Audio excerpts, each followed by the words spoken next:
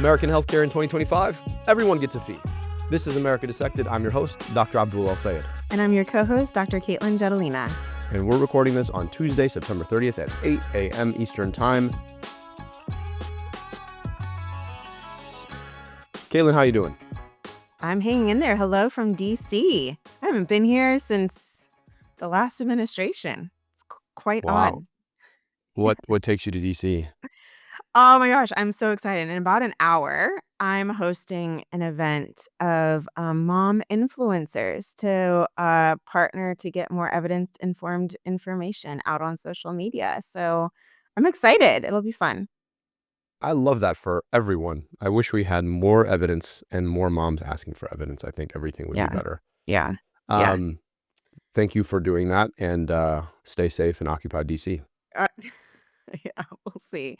All right, let's kick things off with the news that the Trump administration has slapped a $100,000 fee on the future of H-1B visa applications. These visas are for foreign workers who do skilled work in the United States. A lot of them do work in technology, but also a lot are physicians and nurses.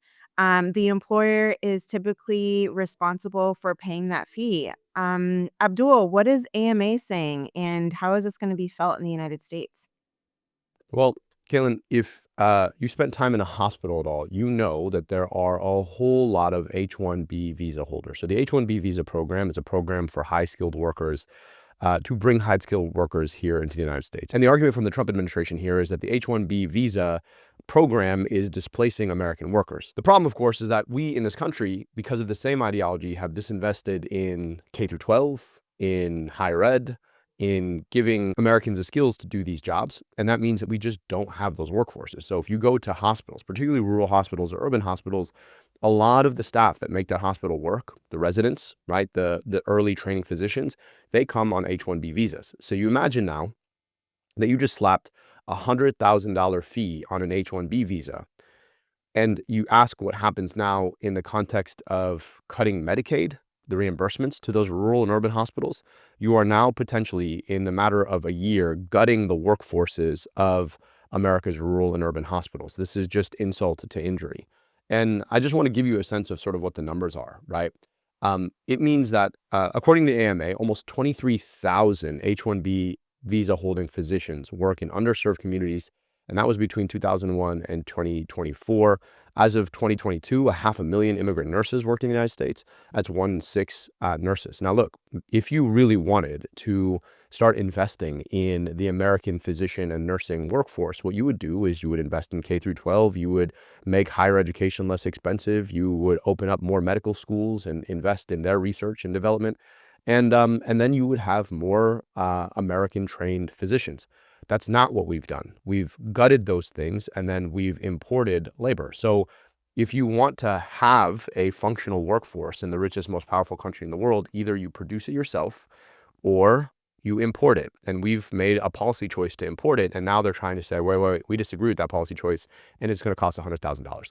I also just want to step back and offer, I think, where they were trying to go. Obviously, as always, with this administration, they don't really do their homework. They don't dot I's or cross T's. I think they're targeting the tech sector, which also heavily relies on the H-1B visa program. And a lot of these huge big tech firms may be able to actually pay a one-time $100,000 per worker fee. But they didn't ask, all right, who else does this affect? And when you think about America's hospitals, that is a really big challenge. So you're saying they didn't think through the ripple effects. That's odd. Abdul. Isn't that weird? When it comes, you think that crossing T's, like Trump starts with a T. You'd think that they'd have done their homework. They didn't just shoot from the hip. Like, it's not characteristic of this administration at all. I'm surprised that the tech industry is not pushing back. I mean, they are. They're pushing back massively. Okay. Yeah, the tech industry is pushing back massively. Everybody's pushing back massively. The hard part of this is, it's easier for big tech. Now, if you think about the structure of our economy, the top 7 stocks in the United States are big tech firms. Like, they don't want to pay this, but they got excess capital to pay. Yeah. The challenge, though, when it comes to hospitals, is hospitals simply just cannot. And so you're seeing this attempt to sort of go back and and pull different kinds of industries out of it. The whole problem here, though, right? Just to step back structurally, the problem ultimately is that we should be able to provide all the healthcare that we need in this country from American trained professionals. The problem, though, is that we have stopped investing in those things for a very long time. And like, what happens then when you have demand that you cannot address via your supply? You have to import supply. The whole premise of the attack on immigration in this country is like, I mean, it's just so, there are so many tentacles to it. But one of the important through lines here is that the very same people who are trying to demagogue immigrants and say that immigrants are here to take your jobs have been the people who have disinvested in empowering American trained people to have those jobs, right? Like, we basically undercut funding for education and training in this country and then subsidized it by stealing all of the best trained people from the rest of the world. We've been doing it for decades and decades. And look, my dad came here to do a PhD in engineering. He was the top student of his entire university when he graduated. Like, that was a net benefit for me. It was a benefit for him. But in some respects, you have to ask, okay, so like, what was the situation in which, right, there was not a student here who had the skill set to be able to, take that job? And I say that as like, again, a child of immigrants who believes that immigration isn't that good. But like, you can't have it both ways. You can't disinvest in higher education and then also stop immigrating people in unless you're deciding that you kind of want to throttle your high tech, high skill industries. Yeah, I mean, reminds me of what I just get one of my biggest pet peeves is you can't complain without a solution, and it doesn't seem like they have a solution, that they're moving forward with this, and, I don't know, it's our health ecosystem is already hurting so much. I think any additional chip away at that is gonna be exponentially felt. All right, moving on to prescription drugs. Trump has slapped or will slap October 1st a new 100% tariff on certain imported prescription drugs. We'll see if that goes, right? With this administration, it's always wait until tomorrow. Uh, so we don't know. We'll see if this is a bargaining chip from some future announcement. Who knows what will be kind of sorted through in the next 24, 48 hours. But if this goes into effect, it may increase our prescription drug prices. There are several caveats, though, to this, some fine print. One is tariff will not apply to generic drugs. This is very important given how many generic drugs we import every day. Two, tariff will not apply to drugs imported from EU countries. They have a specific tariff deal at 15%.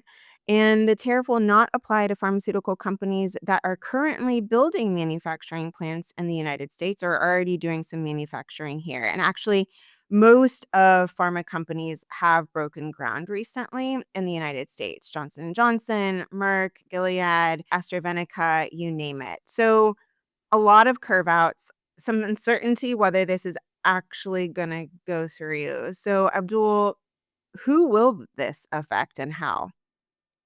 So smaller, more niche biotech firms in places like Mexico or Canada that either are too small to have the capital to start breaking ground on projects here in the United States, or don't have a long pipeline and can't sort of borrow against their current pipeline of medications. And the hard part about this is that a lot of the most commonly used medications in the country, they tend to live underneath one of these huge pharmaceutical companies.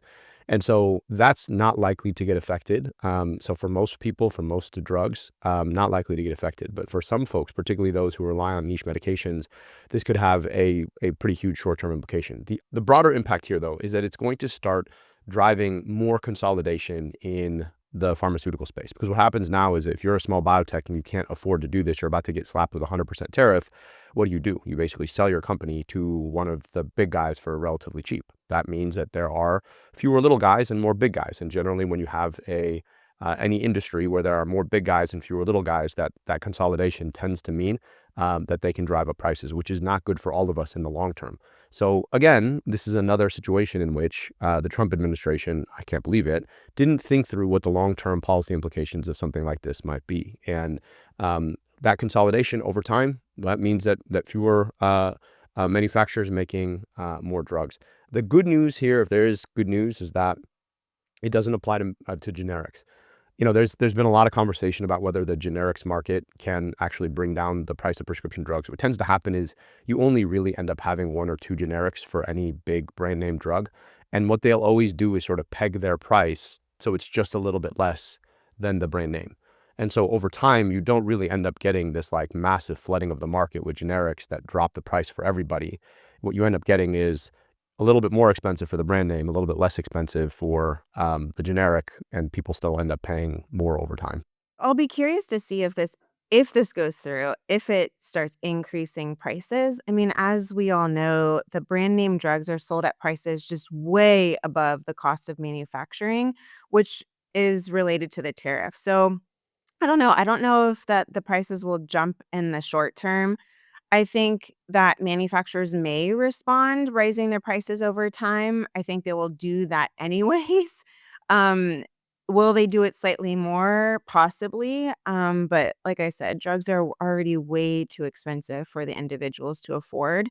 Um, I don't think this is a lot like, like the IKEA tariffs. We'll see. We'll see how this plays out. But The other the other argument that the Trump administration made is that it's going to require more manufacturers to make drugs here. On the one hand, that could be a good thing in terms of having more reshoring of critical medicines in the context of, you name a crisis.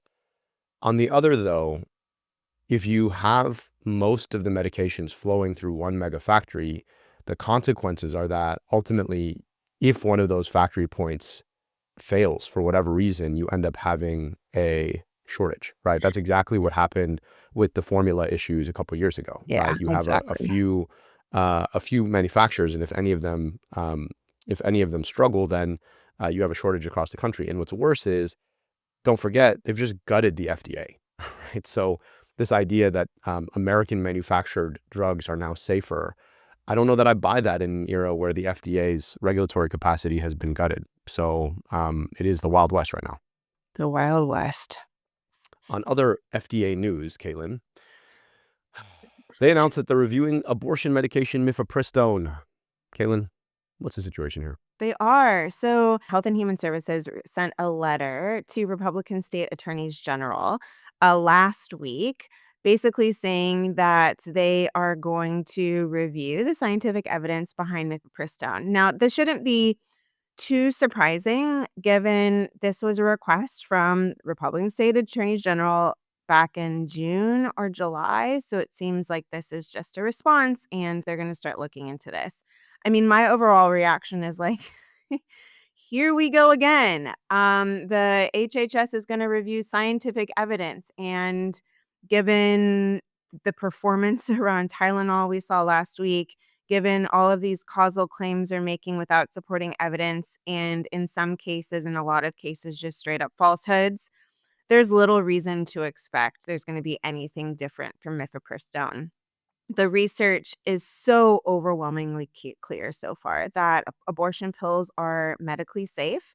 They are safer than Tylenol and safer than other medications that we routinely use, and certainly safer than childbirth. And they're also highly effective in the home. There was this Lancet study done, I think it was last year, that showed 97% of people who self-managed their abortion using pills alone had the same effectiveness as being in the clinic. And so I don't know. I'm so tired about this. I think that what is going to happen is, I mean, so nothing immediate's going to happen, right? We are waiting on this report. They've not released any new data or any new evidence yet. What I think that they're going to be doing, while it would be very difficult for FDA to withdraw mifepristone outright, They could certainly use indirect levers to restrict access, right? Tightening telehealth or mail delivery, limiting prescriptions to physicians only, excluding physician assistants or nurses. And I think ultimately this is a way to start controlling the blue states that red states are not happy with. What is your take, Abdul? Yeah, this is entirely about trying to make it harder for somebody to get a medication abortion. That's the Yep. only purpose. And when they say they're reviewing, I think they're going to find exactly what they found. They're just going to start relabeling it, right? And you're talking about a medication that people use specifically to pursue an abortion, which, if you've decided that the moment a sperm touches an egg, that equals a life, then you are going to start revising what this drug or how this drug is dangerous. And so, this always comes back to trying to read a very particular faith position into public law, right? Which is a profound violation of church and state, but like here we are, right? And this is always what this has been about. Just plain control. They want to control women and her choice. And yeah, I mean, this is the hard part about this is when you start to pursue ideological goals by way of science, you start to bastardize the scientific process. And like this is what the goal is. We want to go and search for something that would back justify a pre-held ideological position because we don't like abortion. So we're going to target the medication that does abortion. We're going to slap some, fake scientific argument and reasoning as to why. So everybody kind of knows what the game is. And in the process, you have a lot of folks who, don't spend most of their time paying attention to this, who are going to be mis and disinformed about what the actual risks look like. As Sarah and I have gotten older, we've realized that just like we change our wardrobes with the fall, we can change our bedding too. That's why we did a fall refresh with Boll & Branch, and it's changed our minds for good. They made making a sanctuary of comfort easy with bedding made to the highest quality, from the finest 100% organic threads for unmatched durability and craftsmanship. All so you can get your softest, highest quality sleep on crisp fall nights. Boll & Branch's signature sheets are the perfect way to start building your sanctuary of comfort. They're buttery soft to start and get softer with every wash. They're also breathable to sleep in, so you can add more layers without making your bed feel heavy or hot. They're made with the highest quality 100% organic cotton in durable designs, and they're available in new limited edition fall colors for a deeply comforting bedroom. And they come with a 30-night worry-free guarantee. As you plan your fall refresh, you have to give Boll & Branch's signature sheets a try. You feel the comfort immediately, and unlike other sheets, they just get better with each wash. They keep me cool when it's warm and warm when it's a bit too cool. Start building your sanctuary of comfort this fall with Boll & Branch. For a limited time, get 20% off your first set of sheets, plus free shipping at bollandbranch.com/AD. That's Boll & Branch, BOLLAND, branch.com/AD to save 20% off and unlock free shipping. Exclusions apply.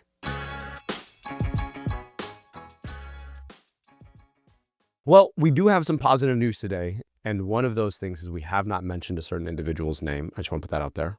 The entire episode, Katelyn, if you can believe it. Go us. I know. But there is some promising signs out of the United Kingdom that is going to help a lot of people with Huntington's disease. I just want to talk a little bit about what Huntington's is. It is a rare, extremely rare genetic disorder that is, frankly catastrophic because of the way that it presents. For folks who carry the Huntington's allele, they in effect start to have symptoms of the disease, which include loss of, in effect, your control of your limbs, and then very progressive cognitive decline. And this is just an awful, awful disease because what happens is, before we understood what caused it, folks knew that it ran in their family, but they didn't know if it affected them. And it would be the kind of thing where you're living your life into middle age, and then all of a sudden you start exhibiting the symptoms, and your life takes a massive decline. Now we understand what causes it, but we haven't been able to actually treat it. But Katelyn, you wrote a little bit about this in YLE. What's the breakthrough? Yeah, so Huntington's disease was successfully treated for the first time by providing patients with this targeted gene therapy during a really long surgery. Let me just say this, right? 12 to 18-hour brain surgery. This is not some like a small, vaccine or something, but I mean, what they were able to do, researchers were able to slow the progression of this disease by 75%. In other Wow. words, yeah, the amount of degradation that usually occurs over 1 year slowed to 4 years. It's a huge discovery, huge potential for patients and their families. And I don't know, should I call out the obvious? It shows another example of how funding science can improve lives. Like, let's go. It's not peer reviewed yet, or published in an academic journal yet. But this is, I don't know, it's really big, hopeful news, like you said, for a lot of families. How it works is interesting, right? So when the therapy is injected into the brain, it basically tells the neurons how to make a strand of RNA that silences the Huntington RNA, which basically stops the cells from making faulty proteins. So we can get a little geeky there, but overall, a lot of hope coming out of this. And thank goodness for scientific discovery. Yeah, that's incredible. You'd think you'd want to do more incredible genetic research involving DNA and RNA so that you could unlock breakthroughs like this that could save a lot of people's lives, you'd think. Cool. And, who am I to say? It's just an Yeah. opinion. Yeah. Um, but no, it's an incredible, incredible hope for folks who otherwise, in effect, I remember being in medical school and actually listening to a clinician interview someone who had the Huntington's allele, who was in their 20s, Mm. and the ways that they talked about their life in effect ending in their 30s. So, they're when in your 20s and you're thinking about, do I want to partner up? Do I want to raise a family? This person had basically given up on that entire goal, right? And just saying, look, I don't want to partner up. I don't want to spread this on. I don't want to have to burden a loved one with this. And imagine having to walk your life with that, and how Couldn't. it would shape even the part of your life that you have, while you're fully healthy. Like to be able to unlock that for people, I mean, it's pretty profound. And just to step back for a second, I'm never going to forget like the that first sort of moment in science class where I was like, I really want to be a doctor, because you would read about these incredible scientific breakthroughs that foundationally changed lives. Like at its best, science is like just this sort of miracle of hope, where just rigorous thought and engagement can actually change the world. And to sort of turn our backs on that or to bastardize that, I just think we sort of forget what that thing is all about. And science will go on. The question is whether or not it will go on in the same way here, because for a long time this was the best place in the world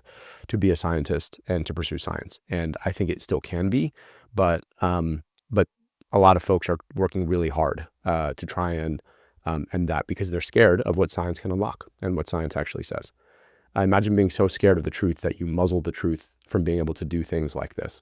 So this is where we are. I have another piece of good news that I wrote in the newsletter. Bring it up. Okay. We need good news. All right. Another piece of good news, guys. So last week I was at the Clinton Global Initiative, which is this huge conference thing in New York. Clintons were there, lots of lights, lots of cameras. But usually at these things, there's like a big announcement of like partnership of how we are going to work together to improve health around the globe.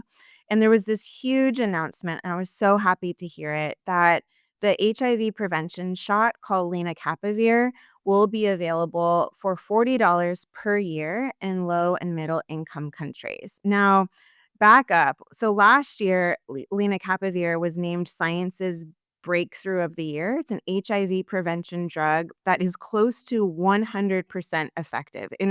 Another incredible breakthrough because it's only given twice a year. But there's a huge problem with it, and I think we discussed this on the pod earlier, is that the patient price tag is about $42,000 per year. And so Clinton Global Initiative, there's, like I said, a huge announcement saying that there's this partnership to make this drug a generic version of this drug in lower and middle income countries for $40 a year following regulatory approval. So I think they said it should be available by 2027. And I think that this is a huge step forward, especially given how much we've decreased HIV and AIDS aid from the United States to the rest of the world. So, I don't know, holding on to these That little is pieces of huge. hope. Yeah. That's a big piece of hope. Look, Yeah. as dark as it feels here right now in medicine and public health, we are one country in the world, and God willing, we can continue to be a leader and a leading country in the world. But like, the work goes on, and there are people trying to work to deliver the breakthroughs from that science to the world. And our hope is that we can continue to be a part of that, and we need to continue to be a part of that. But it does go on, and I think it's really, really important to call out. So I appreciate you bringing that to us, Caitlin. Yeah. All right, Abdul, who'd you talk to this week? I had a really important conversation with Dr. Aziz Rahman. He's an interventional radiologist here in the U.S., but he served on a medical mission in Gaza in June, and he's shared his experience far and wide. And he came and shared it with us. And I think it's really important for us to understand what the consequences of our continued funding in the form of bombs into this genocide are from the ground, from somebody who, has training like you and me, and has mainly practiced in this context, and what he saw and what he witnessed and what it looks like on the ground. I think sometimes when you interact with this, whether it's a snapshot on a phone, however devastating it is, or it's an article you read, you don't get the full picture. And I think when you can sit down with somebody who's dedicated their life to healing people and talk to them about their experience, it's really quite powerful. So I really appreciated the opportunity to sit down with him. And Katelyn, we'll have one last episode next week, and then we have our live show. Actually, so our live show is going to be the last one. That'll be November. the last one with Dr. DC. Peter Marks. Yes, that's right. You'll be back in DC. I'll be back in DC. But stay tuned. And Katelyn, thank you. Have a great meeting today, and safe travels back home. All right. Bye, guys. America Dissected is brought to you by Quince. Cooler temperatures are rolling in, and as always, Quince is where I'm turning for fall staples that actually last. As the weather cools, I'm swapping in the pieces that actually get the job done. Warm, durable, and built to last. And Quince delivers every time with wardrobe staples that'll carry you through the season. Quince has the kind of fall staples you'll wear nonstop, like super soft 100% Mongolian cashmere sweaters starting at just $60. Their denim is durable and fits right, and their real leather jackets bring that clean, classic edge without the elevated price tag. What makes Quince different? They partner directly with ethical factories and skip the middleman, so you get top-tier fabrics and craftsmanship at half the price of similar brands. My Mongolian cashmere pullover hoodie is perhaps my favorite item of clothing. If you don't have one in your lineup, trust me, you should. It's cozy and comfortable for those crisp days, and it's casual enough to pair with jeans, but refined enough for an elevated look. The quality is incredible, no pulling or pilling, and the price point for this, it can't be beat. They've become a go-to across the board, including for cookware, travel accessories, and bedding. Layer up this fall with pieces that feel as good as they look. Go to quince.com/AD for free shipping on your order and 365-day returns. Now available in Canada too. That's QUINCE.com/AD. Free shipping and 365-day returns. Quince.com/AD.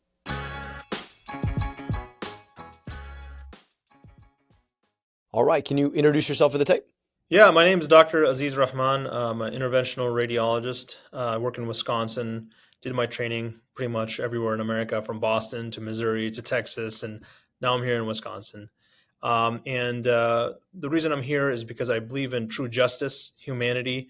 I recently came back from Gaza, and I saw what injustice is at its purest form.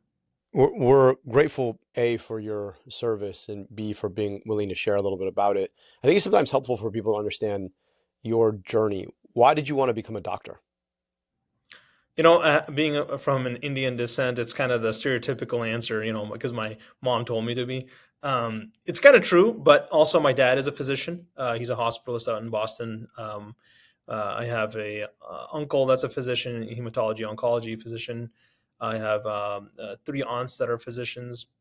So just being in the family of physicians kind of guided me towards that profession to an extent. Obviously in high school, I had the phase where I didn't want to listen to my mom and I wanted to do something else, whether it be, some other profession.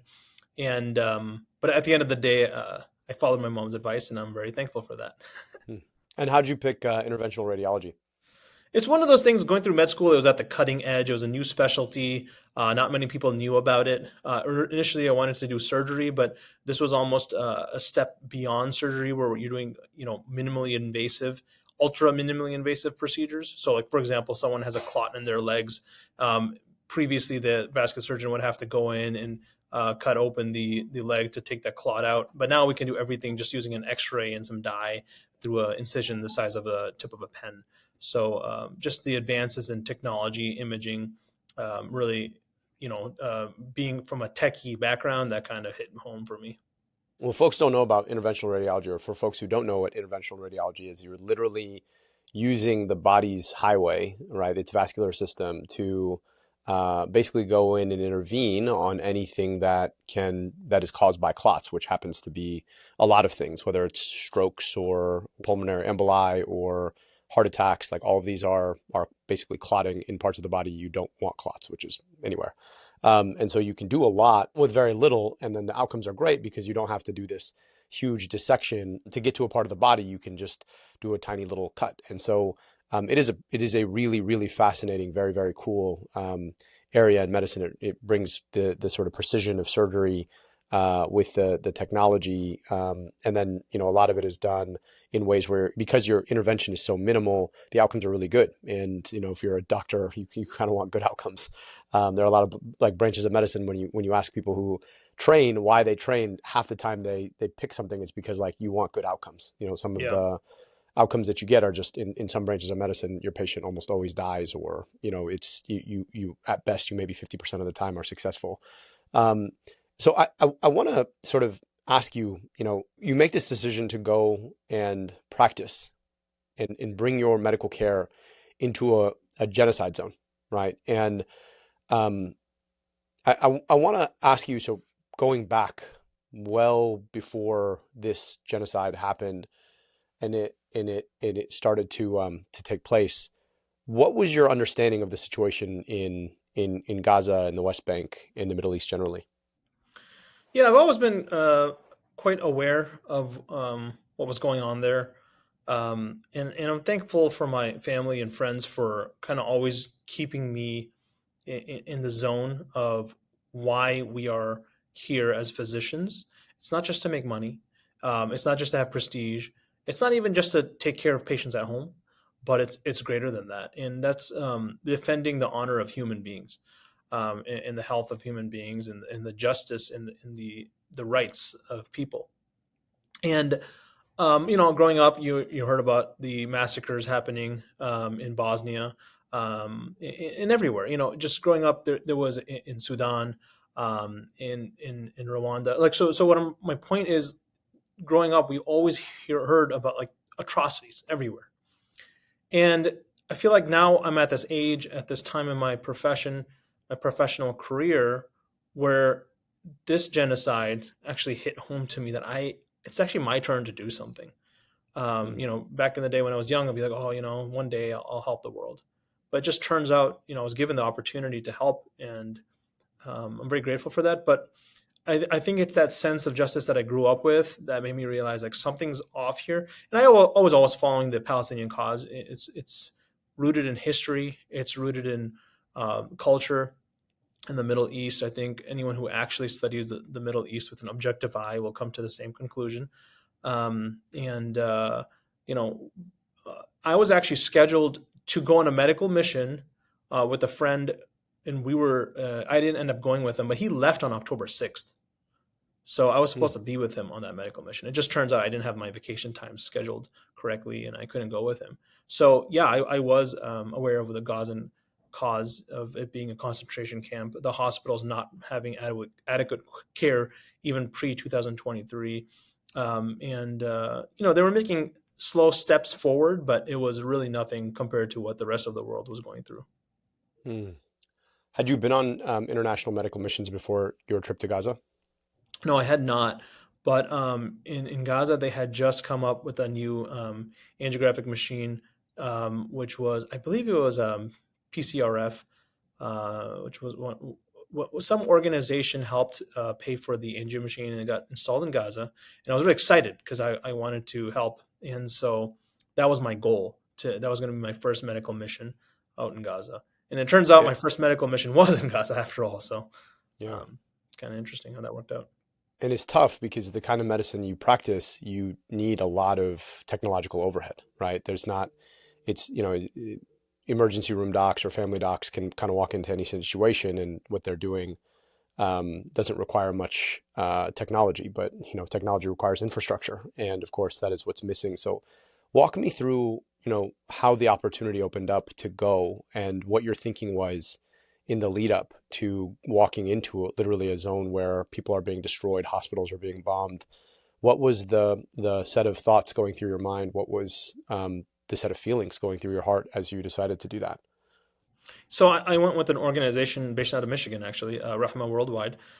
They had a mission going in June, and I guess one of the physicians had dropped out. So it was an opportunity for me to join in on the mission. I had like about 2 months notice.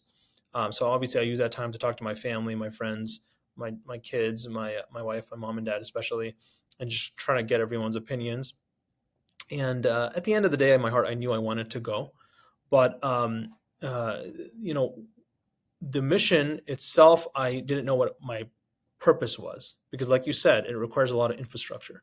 So I somehow got in contact with the 2 interventional radiologists in Gaza. There's 2 for a population of 2 million, which is absolutely crazy.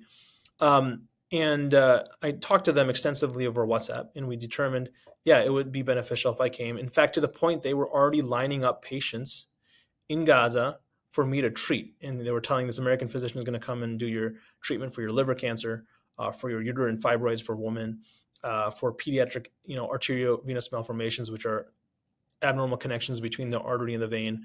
So I was planning on doing this in the angiographic suite in European General Hospital. 2 weeks before launching my medical mission, Israel bombed European General Hospital, and that hospital became defunct. So at that point, I had the opportunity to decide if I'm still going to go to Gaza or not. And there was a legitimate reason not to go at that point, because the one piece of equipment that I would have heavily relied upon was just destroyed. So I had bought a little butterfly portable ultrasound machine. And then at the end, I decided to go. And I could do minimally invasive procedures using ultrasound.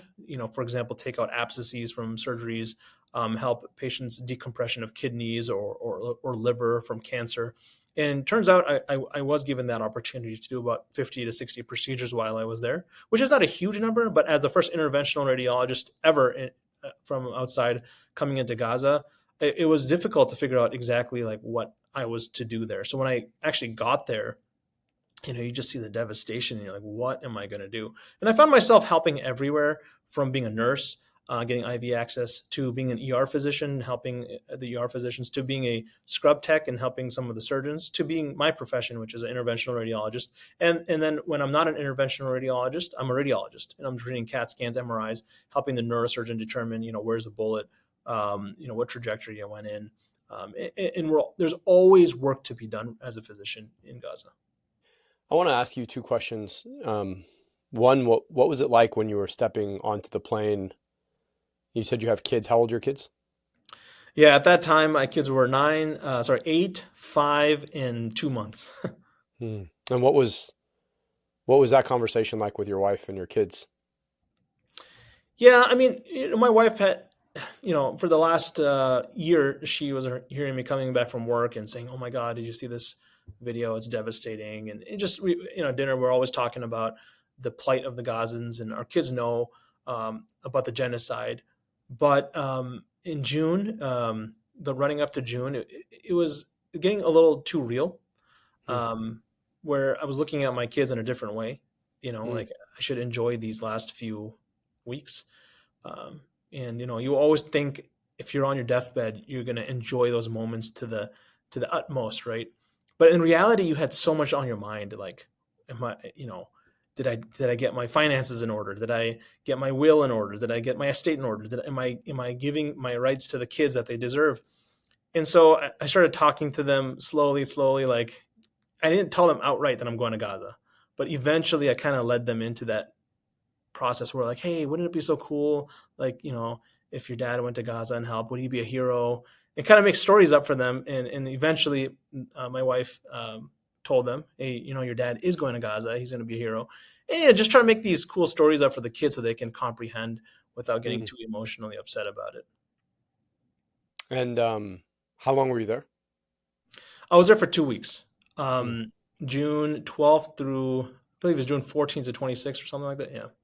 And when you first got to Gaza, I know it's a incredibly long, arduous process to get in. Did you guys go in through Egypt? So Egypt is completely blocked. Okay.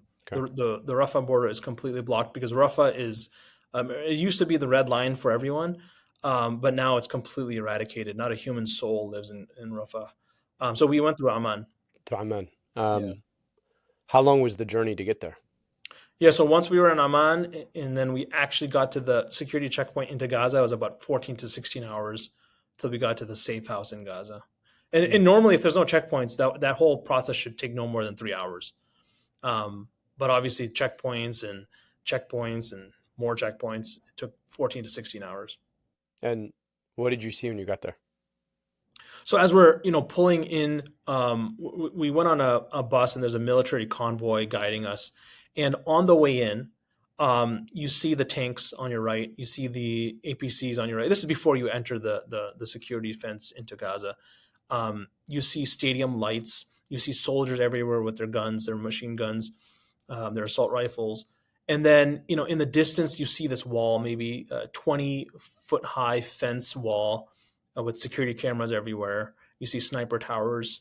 And then we finally entered through this gate, which is slowly opening. It's this large gate that's opening. And eventually our bus goes in. We basically park in this parking lot where there's a ton of Israeli soldiers. And they're all watching us. And we transfer from the bus from Israel to the bus in Gaza. And we stay in that bus for about 2 hours. There's nothing going on, but we're waiting for a green light. And that means we're waiting for the Israeli army to give us a green light that we can travel on these roads that no other human being can travel on to get to our destination, which is the hospital. And that basically is telling the Israeli army, hey, once you give us a green light, don't bomb these roads. So it was terrifying. And once we actually got in, it was nighttime. And we were very nervous, and we can only see kind of what the lights of the vehicle that we were driving in illuminated. You see rubble everywhere. You see destroyed buildings. And then eventually we got to Mawasi refugee camp where we saw the people, the Gazans.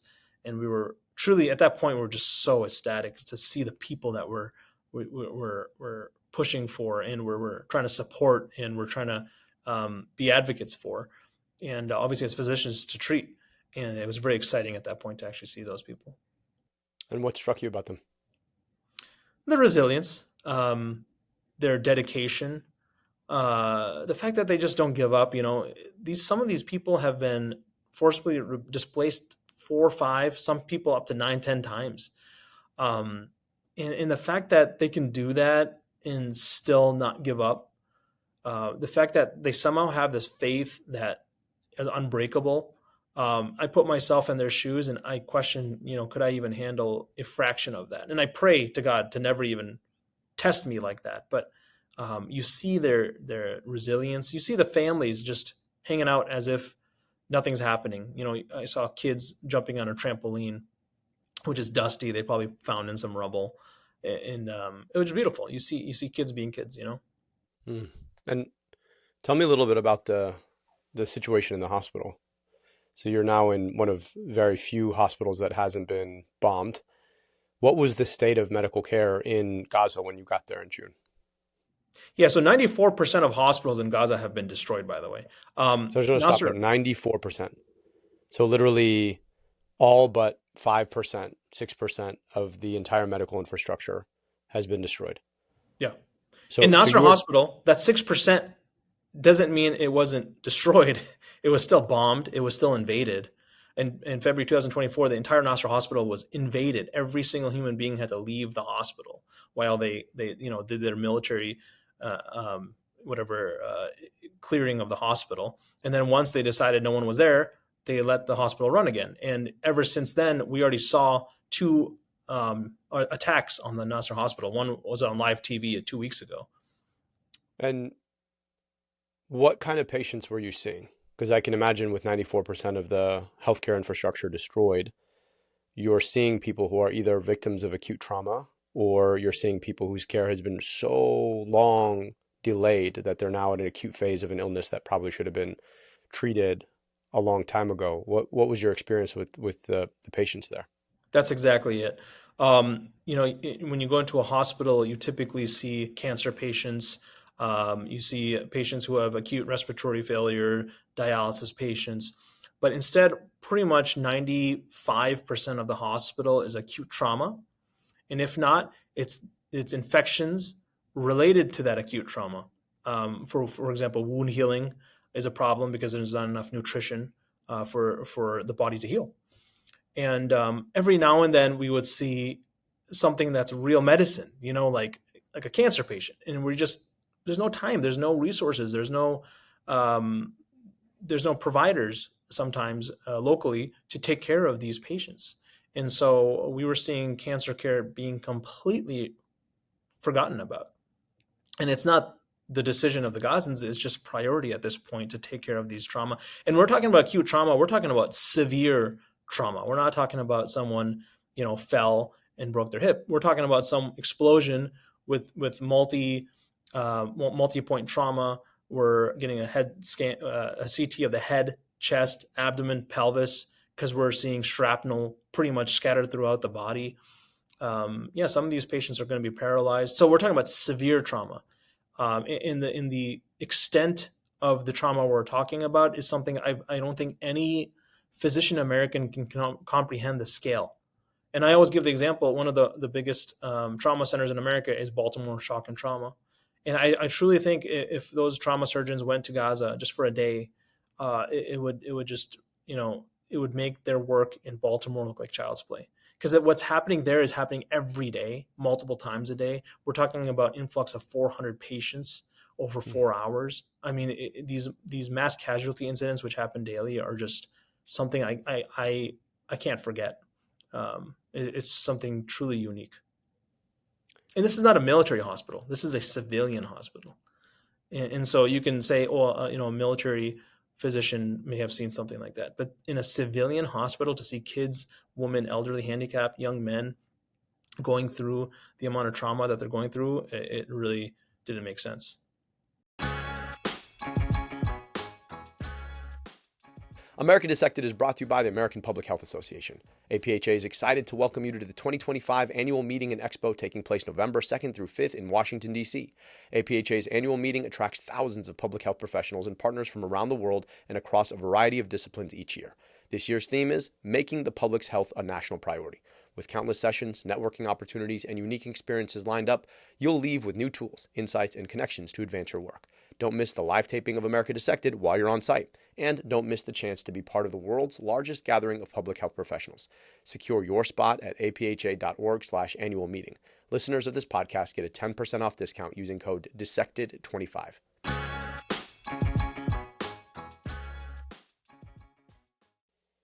Was there a patient who particularly had an impact on you, a particular case? I'm sure you're never going to forget any of your experience, but that really stuck with you as being emblematic of the experience there? Yeah, so the experience, I can kind of say had good memories and bad memories. So I always share both just because I had every single emotion between those two while there. From the happiest case, which was a case of a little boy, name was Amir. He came in unconscious. He was sitting on his grandma's lap in his tent when a bomb fell and his grandmother died. He somehow came to the emergency department unconscious. His blood pressure's in the 50s over 30s, which is almost near death. He was gray. We put the ultrasound, and I happened to be there with the ER physician. I was acting as an ER physician that day. I put the ultrasound on his heart, and there's blood just completely compressing the heart. The heart can't beat.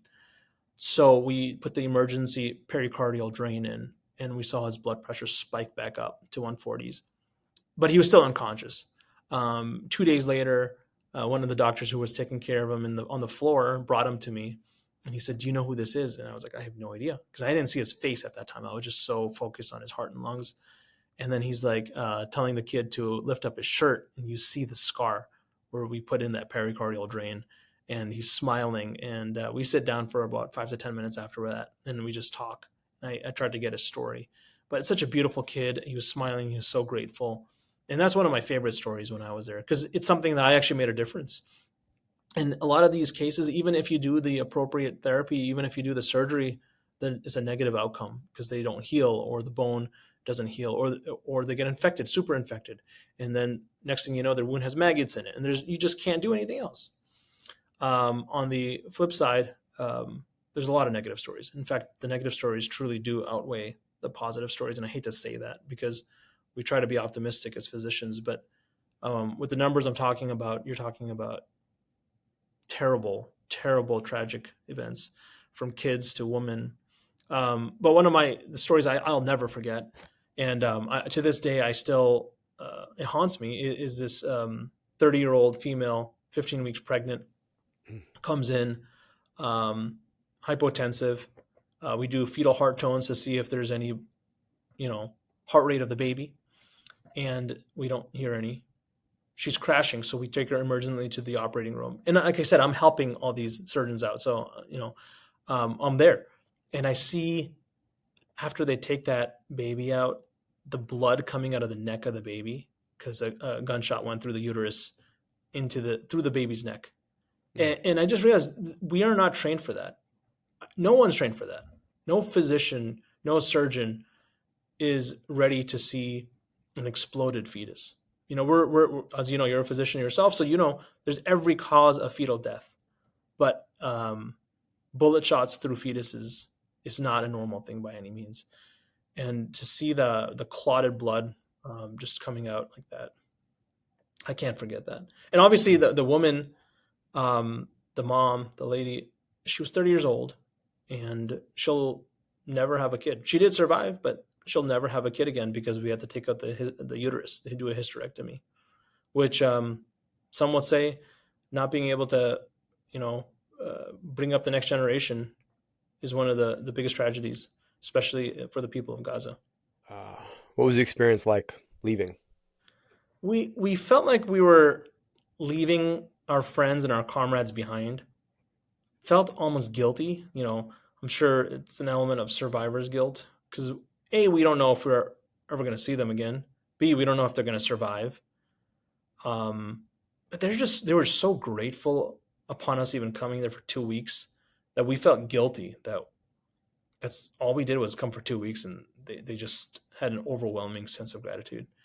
And as we're leaving, we're just, there was 6 of us from in our group. 4 of us were from America, and we were just kind of telling stories of the people we met. And to this day, we keep in touch with a lot of them. We made friends with particular people depending on who we worked with, and they're just really grateful people, normal human beings who are just trying to take care of their families, trying to get food, trying to afford some food here and there, and come to the hospital and do their shift, 12-hour shift, 24-hour shift, take care of some patients, go home, and that's their life. One of the hardest parts of providing care, you talked about the infrastructure. You got to imagine for 2 years, a lot of these doctors have been trying to balance the experience of living in a genocide with trying to fight the genocide in the hospital and save as many people as they can without the resources that they need. What's it like, when you now are back in your normal practice element? And, there's all kinds of stuff that's, anything you need in an American hospital, you have. How do you think about that? When you watch some extra piece of medical equipment or extra bandage just get tossed, and you think, man, what they would do with that there. How does being back in your local practice environment hit different based on what you experienced over there? Yeah, that's a great question. And truly, when I came back, I felt so cognizant and sensitive of that fact that I was starting to kind of predict what I needed from the kits that they make. And I would just take away everything I knew I wouldn't use. So I would save it for whatever, for something else, because I just felt so guilty wasting all that. But it's true, you're right. Medical waste is real. When we do these procedures, they have these kits that come in with 10 towels, and you end up using one or two of them, and you just chuck the rest. But I felt really guilty. And when I came back, I saw gauze, white gauze, 4x4 gauze. And I was like, that is such a luxury The in gauze you take Gaza. for granted every The day in a guy, hospital. Yeah. exactly. Even alcohol sanitizer, on the walls, that's everywhere in the hospital for patients, for doctors, right? You just kind of pump it and you just clean your hands. That would have been such a luxury in Gaza. There was no such thing as infection prevention in Gaza. We were sometimes using the same gloves for multiple patients. And so I can't even express to you the level of excess that we have in America. And I'm grateful for what we have, but it's truly something that, you're right, it opened my eyes to how much we waste. And I think as long as we identify that and try to minimize that, kind of helps with the guilt. But I wish we can share what we have to those who are in need. You've been back now for a couple of months, and you've stayed in touch with some of the doctors you worked with, and the situation's only gotten more dire, particularly when it comes to famine. Can you talk about what you're hearing from the colleagues you worked with about the situation on the ground right now? So a couple of them are just so focused on surviving that they don't talk about the political aspects of what's going on. But some of them actually update me about the news, the political aspects. They tell me what the Israeli foreign minister said, and what President Trump said, what Hamas said. And so it's kind of interesting to hear everyone's story. Some people can't afford food, and they're taking care of their entire family as a surgeon. And he reaches out to me and he says, "Hey, I'm really shy to ask, but I need help." And he doesn't say it that outright because he's really humble and really shy. And he's a professional. In America, you would never have a surgeon asking for help like that. But there's no option. And I trust him. I worked with him almost exclusively every day, so I know how honorable he is, how hardworking he is. And so when he makes that plea, it really hits me. But some of them are kind of keeping me up to date about what's going on over there on the ground. Because it's something you can read on the news. You don't know how true it is. Sometimes you can see things on social media, but when you hear about it from them and you see the text message saying, "Hey, they just blew up this apartment building, which had 200 apartment units in it, and they gave us a 15-minute heads up," and it's like, that's crazy, and you realize that's a nurse who works in an ER, and he's going to take a 2-hour bus ride to go from his house to Nasser Hospital. It's like their life is so unimaginable at this point. And his phone, he said he bought this charger from the tents, the markets in the tent, and people are just making up makeshift chargers here and there. And it basically blew up his phone, so his battery doesn't work anymore. So it's just basically 2 hours a day that he can text me. And then another story is, the vehicles there, the cost of gas is basically skyrocketed to the point that people can't afford it because Israel's not allowing gasoline, fuel to come in. So they're burning plastics with cooking oil to basically come up with this new concoction of fuel to put in their cars, the few people who have cars. And that's the fuel. So the air is dirty. People are getting allergies. And these are the kind of stories they're telling me that it's on the ground. It's spent my career in public health, and we talk about the casualties in the most direct sense, but you think about what it means for a 3-year-old child to be breathing this stuff every single day over the long term. Like, you don't even calculate that in the long-term consequences of this. I want to ask you, right, because in 6 months you're going to pay your taxes. I am too, and a proportion of that is going to go to the Israeli military to continue to subsidize the very violence you tried to protect people from with your hands. How do you think about that situation now that you've been there and seen what that has wrought? Yeah, I'm devastated. I feel guilty that there I was in the Nasser hospital, seeing the very trauma patients that I paid for the bombs to kill them or injure them or burn them Mm. or mutilate them. I mean, as a physician, my salary is high enough that I probably did pay for an actual bomb, and that angers me that we don't have the control to tell our senators, to tell our congressmen that enough is enough. I don't want my taxes going there. I want better parks. I want more education. I want healthcare here in America for people who can't afford it. There's so many problems we can deal with at home, and I don't understand why we're sending all this money to support the genocide. In fact, I truly think the American politicians are responsible and will need to be held accountable for this.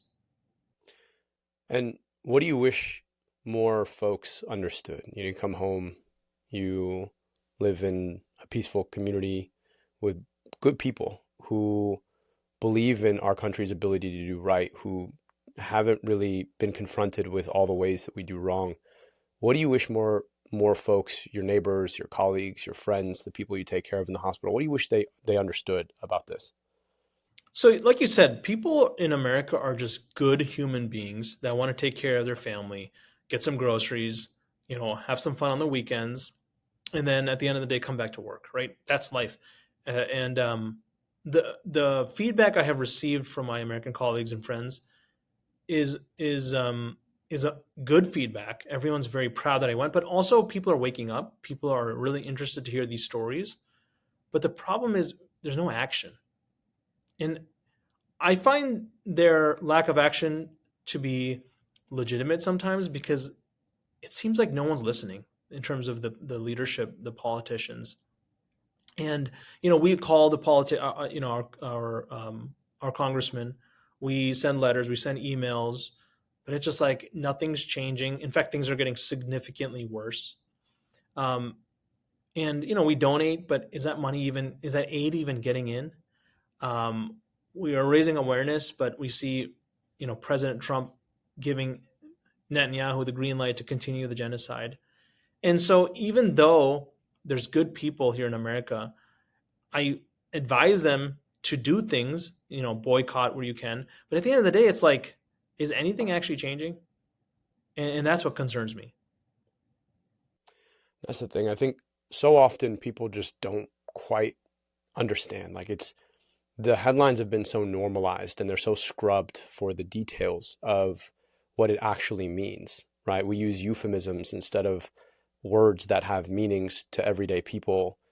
And I think, people just sort of, they hum it into the background, the din of the noise of everyday life, as if these things are normal. And I think it's so important for folks to hear your experience because it brings that back to life and death. And that we're spending on that when every single one of us can name something that our tax dollars would be better spent to do, whether it's provide people healthcare in our country or to rebuild our schools in our country or to provide better infrastructure in our country or to protect our air and water in our country. So I just think I always chalk it up to like a lack of knowledge. I will say, I think people are starting to understand that this is a profound wrong and that we have a choice to make it right. And that it's our voices lifting up in these moments that can save a lot of lives, right? You went over there, you were a hero. I hope your kids will always see you as that. Put your life on the line to take care of people. But that's one extreme, right?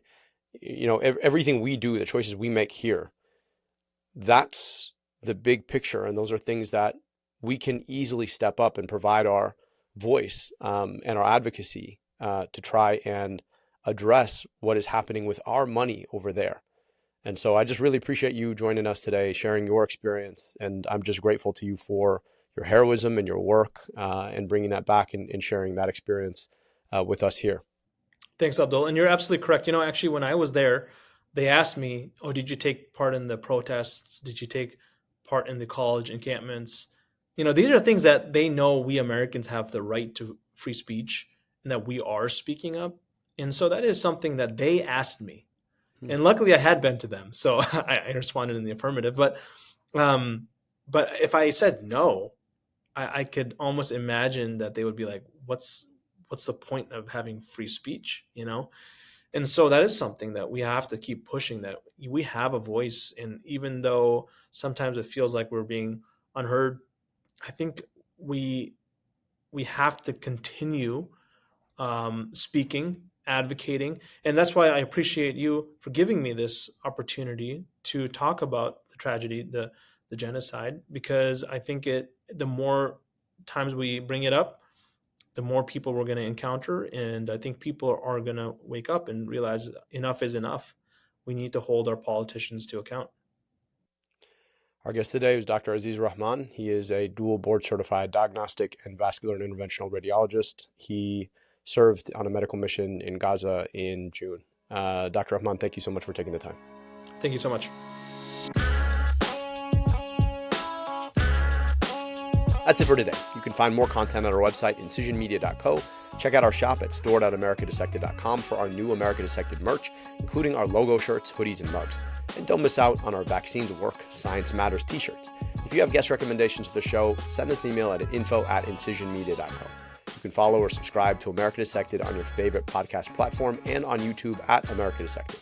And you can follow me on Instagram, TikTok, and X at Abdul No Dash. And make sure to subscribe to Katelyn's incredible newsletter, Your Local Epidemiologist, which breaks down the latest scientific evidence for over 300,000 followers. You can search for Your Local Epidemiologist on Substack. Links to all our sponsors are available right here in the show notes. I really do hope you'll check them out and show them some love. They make the show possible every single week. Finally, on your way out, don't forget to leave us a 5-star review. And if you're watching on YouTube, drop us a like or a comment. Word of mouth still goes a long way too, so if you know someone who might like to keep up with everything that's happening in the world of health, please do let them know. America Dissected is a product of Incision Media. Our co-host is Dr. Katelyn Jetelina. Our producer is Andy Gardner-Bernstein. Video and audio editing by Nadine Malkonian. Our theme song is by Taka Suzawa and Alex Uguera. Sales and marketing by Joel Fowler and Nick Freeman at Big Little Media. Our executive producers are Tara Knight and me, Dr. Abdul your host. Thanks for listening. This show is for general information and entertainment purposes only. It's not intended to provide specific healthcare or medical advice and should not be construed as providing healthcare or medical advice. Please consult your own physician with any questions related to your own health.